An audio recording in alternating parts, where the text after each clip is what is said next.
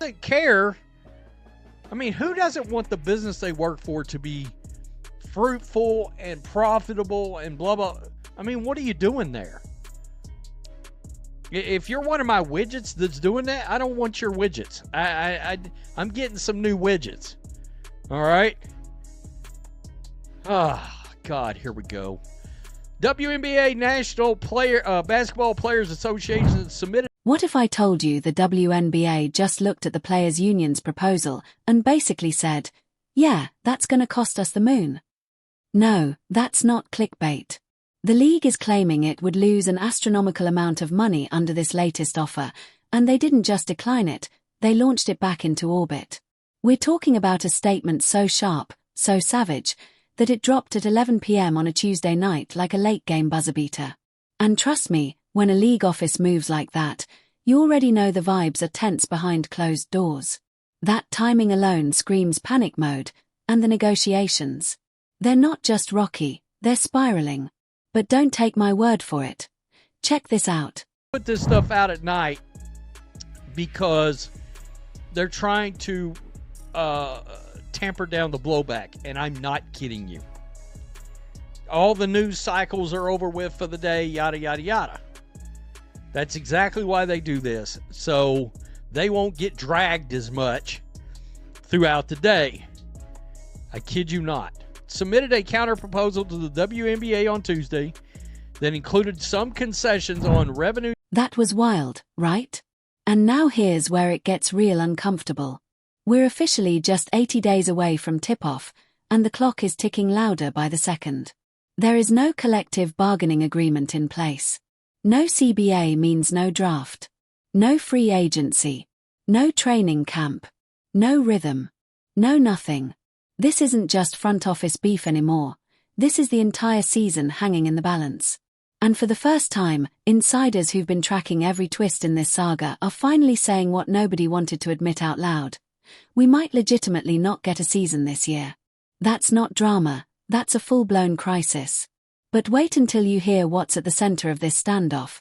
Check this out. Making close to the maximum salary on multi-year deals and receiving full salary protection.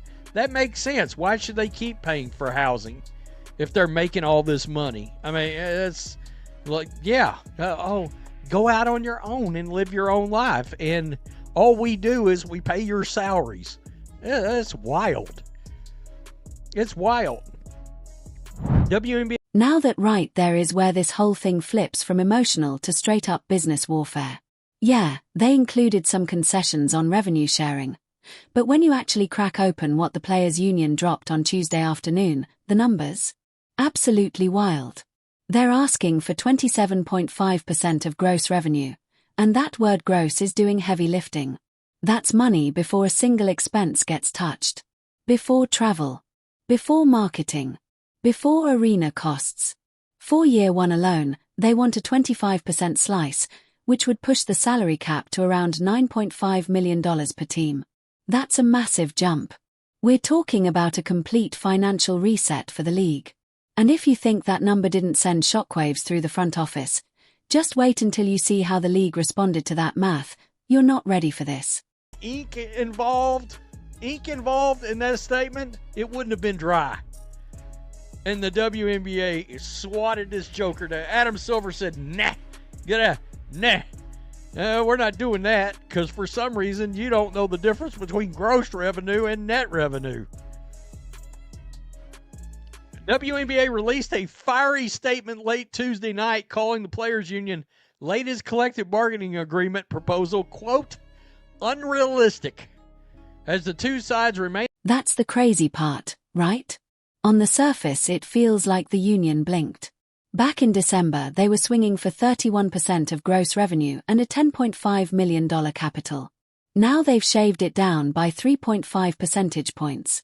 So yeah, technically that's a compromise. But when the WNBA front office plugged those new numbers into their projections, the reaction wasn't progress. It was more like, are you serious right now? Because according to the league's internal math, even this adjusted proposal would still leave them hemorrhaging around $460 million in total losses across all teams over the life of the deal. $460 million. That's not a trim, that's a financial avalanche. And when you're staring at that kind of red ink, you're not negotiating vibes anymore, you're fighting for survival. But here's where the tension really hits a boiling point. Wait until you hear what this means for the players on the court. Well, according to Natasha Cloud, just write it off. Write it off. No big deal. They don't care if these owners ever make any money off this league. It's so wild to me. We still need to complete 2 drafts and free agency before the start of training camp and are running out of time, a league spokesperson said in a statement. We believe the NBA's proposal would result in a huge win for current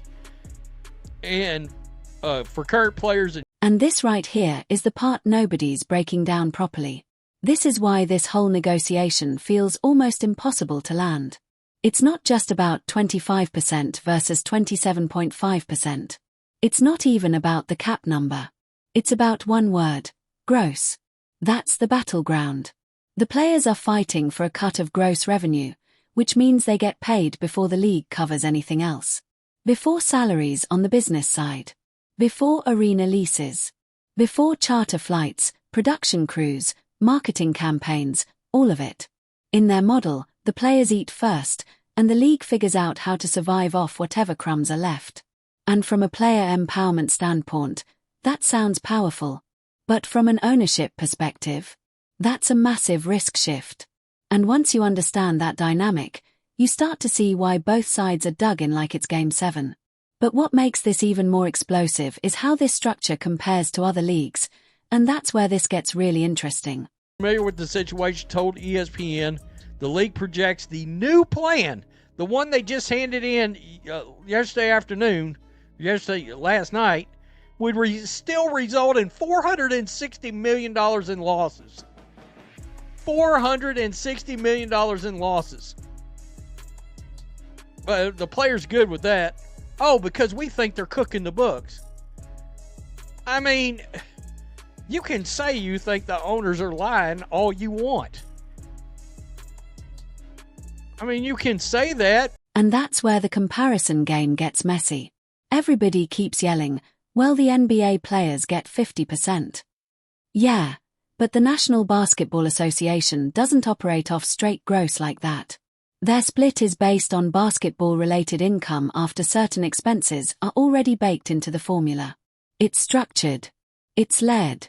It's calculated. The Women's National Basketball Association is actually offering revenue sharing too. That part gets lost in the noise. But they want it tied strictly to profitability metrics, not top-line gross revenue. In other words, if the league wins, everybody eats. If the league struggles, the risk is shared. And that philosophical gap right there, that's the brick wall.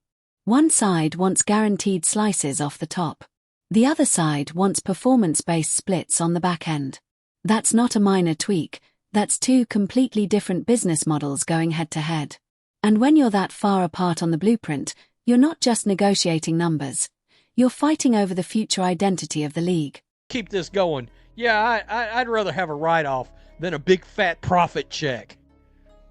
I mean, bam, right in your eye. Stab yourself right in the eye, for crying out loud, with a fork. Not really, but, you know. You always got to say not really because there's people dumb enough that might actually do it. Wow. So, as long as they won't break on this revenue issue, I mean, they'd have to come way, way down. Way down. And you keep hearing from certain players, they're not going to cave on that. That clip right there, that's gasoline on the fire. When a player like Natasha Cloud goes off and basically says, you're rich, just write the losses off, that's not just frustration, that's a fundamental clash in how both sides see reality. She's arguing the owners can absorb the hit through tax strategies. So why not just cut the check? But from a business standpoint, that's not a negotiating tactic. That's a rejection of the entire economic structure. And here's the kicker. Enough players reportedly agree with that mindset that it's poisoning the talks. Meanwhile, the Women's National Basketball Association fired back with one of the bluntest statements we've ever seen, calling the proposal unrealistic and warning about hundreds of millions in losses, while stressing they still have to complete drafts and free agency before camp. With just 80 days left, that timeline is brutal.